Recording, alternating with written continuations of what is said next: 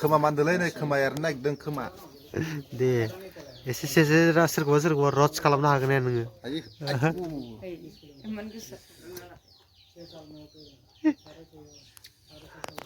माबादि मोनखो खोमाखौ एरनानै मोजां मोनदोंना एकदम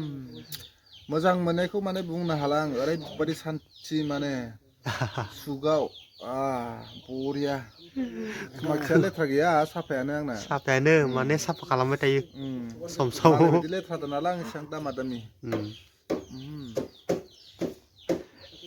भिडिअ अन खालामबानो माथोआनो ओंखारा आंनाथ' बेदाव सायोलै लाजिया मालाय माथो रायलायनो जानायफोरखौ रायलाय जानो हायो कन्टिनिउ खालामबानो जायोमोन एथ' बरिया सोलिगासिनो दा खामानि गैया साननैसोल'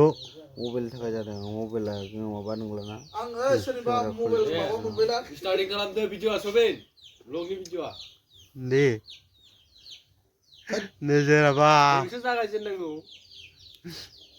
गैला भिडिअ अन खालामबानो रेकर्डिं खालामबानो माथोआनो बन्द जाखाया आंना आवाज ही नहीं निकलता है वीडियो रिकॉर्ड करने से क्या निकलता है क्या ब्लॉगिंग करेगा एसडी